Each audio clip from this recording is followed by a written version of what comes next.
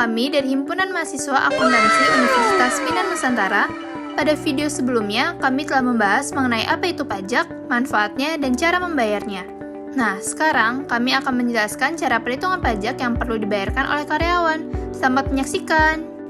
PPh 21. Pajak atas penghasilan berupa gaji, upah, honorarium, tunjangan, dan pembayaran lain dengan nama dan dalam bentuk apapun yang sehubungan dengan pekerjaan atau jabatan, jasa, dan kegiatan yang dilakukan oleh orang pribadi subjek pajak dalam negeri. Berikut ini adalah tarif PPh 21 untuk wajib pajak orang pribadi yang memiliki NPWP dan tidak memiliki NPWP. Dengan contoh perhitungan tarif PPh 21 yang benar. Misalnya PKP 550 juta, lalu 5% dikalikan dengan nominal maksimal 50 juta, 15% dikalikan dengan nominal maksimal 200 juta, 25% dikalikan dengan nominal maksimal sebesar 250 juta, lalu 30% dikalikan dengan sisa PKP yang belum dihitung dengan tarif di atas. Jumlah nominal tersebut harus sesuai dengan PKP. Dan yang terakhir, akan menghasilkan pajak penghasilan terutang dengan menjumlahkan hasil perkalian tersebut. Berikut adalah tarif PTKP yang berlaku.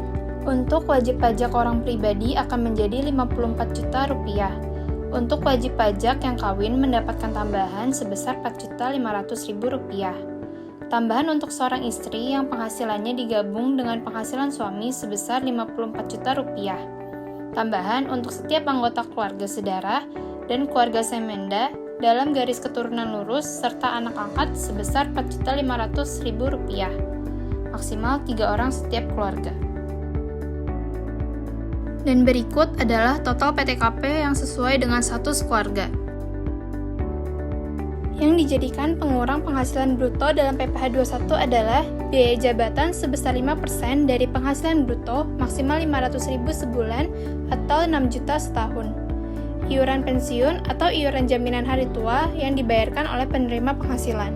Contoh kasus, Demian pada tahun 2017 bekerja pada perusahaan PT Mekarjaya dengan memperoleh gaji sebulan sebesar 6 juta, membayar iuran pensiun sebesar 300.000, dan adanya biaya jabatan sebesar 5% dari penghasilan bruto. Demian menikah tetapi belum mempunyai anak. Hitunglah PPh 21 Tuan Demian. Penghasilan bruto yang pada kasus ini hanyalah gaji, dikurangi dengan pengurangan yang ada, yaitu biaya jabatan dan iuran pensiun. Lalu ketemu penghasilan neto sebulan, dan dikalikan 12 untuk menghasilkan penghasilan neto setahun. Untuk menghasilkan PKP, penghasilan neto setahun perlu dikurangi PTKP sesuai dengan status keluarganya. Setelah ketemu PKP, maka dikalikan tarif PPh 21 yang berlaku.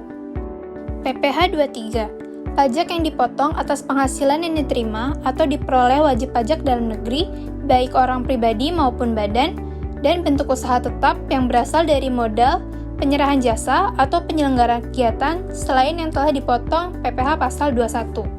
Pemotong PPh pasal 23 adalah badan pemerintah, subjek pajak badan dalam negeri, penyelenggara kegiatan, bentuk usaha tetap, perwakilan perusahaan di luar negeri lainnya, dan orang pribadi sebagai wajib pajak dalam negeri tertentu yang ditunjuk oleh Kepala Kantor Pelayanan Pajak.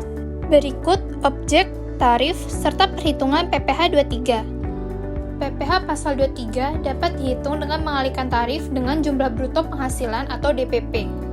PT Wijaya Bahari merupakan perusahaan persewaan kendaraan dan alat-alat berat.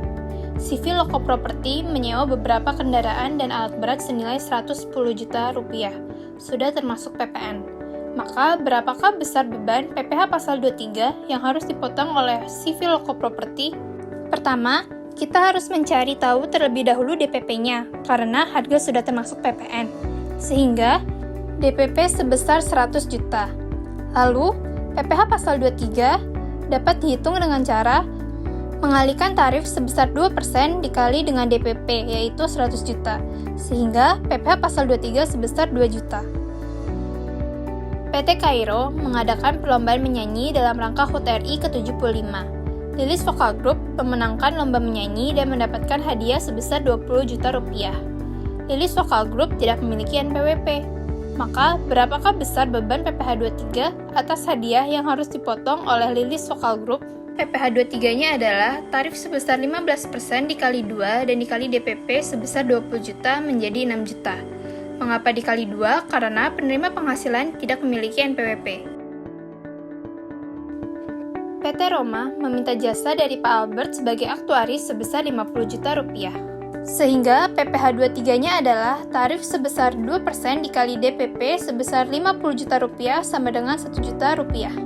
PPh 25, pajak yang dibayar secara angsuran, tujuannya adalah untuk meringankan beban wajib pajak, mengingat pajak yang terutang harus dilunasi dalam waktu 1 tahun. Pembayaran ini harus dilakukan sendiri dan tidak bisa diwakilkan. Besarnya angsuran PPh pasal 25 dalam tahun berjalan dihitung sebesar PPh yang terutang pajak tahun lalu dikurangi dengan kredit pajak, yaitu PPh pasal 21, PPh pasal 22, PPh pasal 23, dan PPh pasal 24. Lalu dibagi 12 atau total bulan dalam pajak masa setahun. Contoh kasus. Jumlah pajak penghasilan Tuan Hermawan yang terutang sesuai dengan SPT tahunan PPh 2015 sebesar 80 juta. Jumlah kredit pajak Tuan Hermawan pada tahun 2015 adalah 22 juta, dengan rincian sebagai berikut. PPh pasal 21 20 juta, PPh pasal 23 2 juta. Berapa besarnya angsuran PPh pasal 25 Tuan Hermawan untuk tahun 2016? PPh terutang 2015 dikurangi dengan kredit pajak yang ada, lalu menghasilkan dasar perhitungan PPh 25 untuk tahun 2016.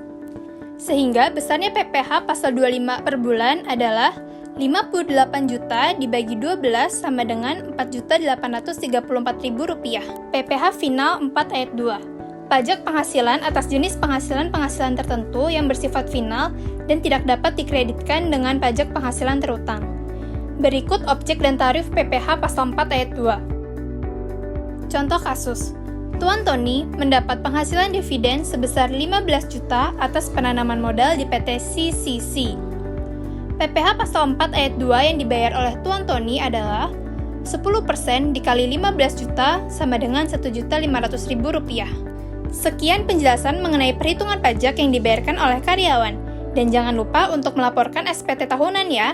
Penjelasan mengenai pelaporan SPT tahunan bisa disaksikan di video selanjutnya. Terima kasih.